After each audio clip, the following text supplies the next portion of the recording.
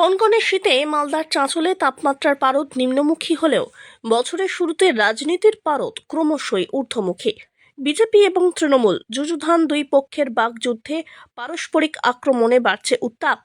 নতুন বছরের দ্বিতীয় দিনে চাঁচল কলমবাগান ময়দানে জনসভা থেকে জেলা তৃণমূল সভাপতি আব্দুর রহিম বক্সী, জেলা তৃণমূল সহ সভাপতি প্রসূন ব্যানার্জি সহ একাধিক নেতৃত্বকে বেনজির আক্রমণ করেন রাজ্যের বিরোধী দলনেতা। চ্যালেঞ্জ ছুড়ে দেন জেলা তৃণমূল সভাপতিকে, দুর্নীতিবাজ, চাকরিচোর বলে আক্রমণ করেন। প্রাক্তন আইপিএস প্রসূন ব্যানার্জিকে চরিত্রহীন বলে কটাক্ষ করেন। 48 ঘন্টার মধ্যে ওই কলমবাগানেই রবিবার পাল্টা সভা করে তৃণমূল।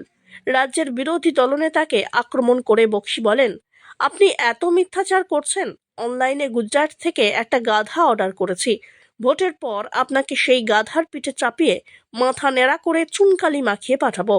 সাথে রহিমের হুঁশিয়ারি, আমরা সেদিন যদি মনে করতাম একটা ইশারা করলে শুভেন্দু থাকতো না, কোনো প্যান্ডেল থাকতো না। স্বরাষ্ট্রমন্ত্রীকেও নাম না করে কটাক্ষ করেন। তৃণমূলের অন্যান্য নেতারাও এদিন তীব্র ভাষায় আক্রমণ করেন বিজেপি সহ শুভেন্দুকে। অন্যদিকে রহিম বক্সীর মন্তব্যের পাল্টা প্রতিক্রিয়া দিয়েছে বিজেপি। বিজেপির কটাক্ষ, রহিম বক্সী যার ছবি দেখে ভোটের প্রচার করবেন তাকে হারিয়েছেন শুভেন্দু অধিকারী। মালদার মানুষ রহিম বক্সীকে গাধার পিঠে চাপাবে।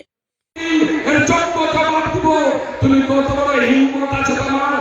কলমবাগানে দাঁড়িয়ে তুমি তৃণমূল কংগ্রেসের কর্মীদেরকে ডাকছো, চারিদিকে হাজার হাজার কর্মী দাঁড়িয়ে ছিল, একটা ইশারায় তুমি থাকতো না, তোমার প্যান্ডেল থাকতো না, তোমাকে খুঁজে পাওয়া যেত না।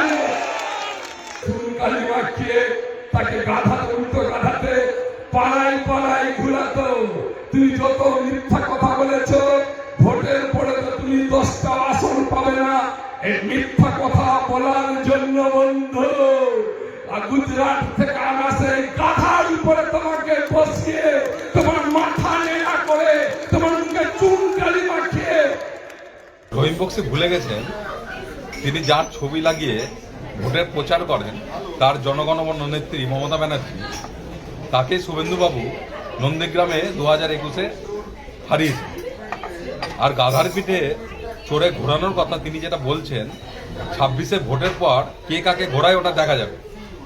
শুভেন্দুবাবুকে তাকে গাধার পিঠে চড়ানোর জন্য লাগবে না, মালদার জনগণ তাকে ন্যাড়া মাথা করে গাধার পিঠে চড়িয়ে ঘোরাবে।